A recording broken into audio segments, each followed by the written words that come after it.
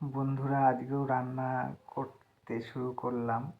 তো দেখতেই পাচ্ছ এখানে অল্প করে রুই মাছ একার জন্য নিয়েছি। তো অল্প মাছ দিতে চাই না, যেহেতু এই যে মাছ ভাজা চলছে দেখতেই পাচ্ছ তোমরা। আর এখানে ভাত চাপিয়েছি। তো রান্নাটা দেখো, ভালো লাগবে। যদি ভালো লাগে লাইক কমেন্ট শেয়ার করে দিও, পাশে থেকো তোমরা।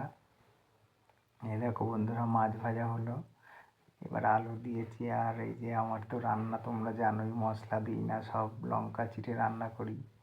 হ্যাঁ, এই যে বন্ধুরা রান্না চলছে, দেখতেই পাচ্ছ। পারি না, কোনো রকম করে করি। আমার যেহেতু কেউ নেই, একাই করতে হয়। তাই এই যে মাছের তরকারি। আর এখানে দেখো ভাত হয়ে গিয়েছে, মাছের তরকারি প্রায় হয়ে এসছে বন্ধুরা। তো তোমরা কে কোথা থেকে দেখছো একটু কমেন্টে জানিও। আমার রান্নাটা কেমন হলো সেটাও কমেন্টে জানিও।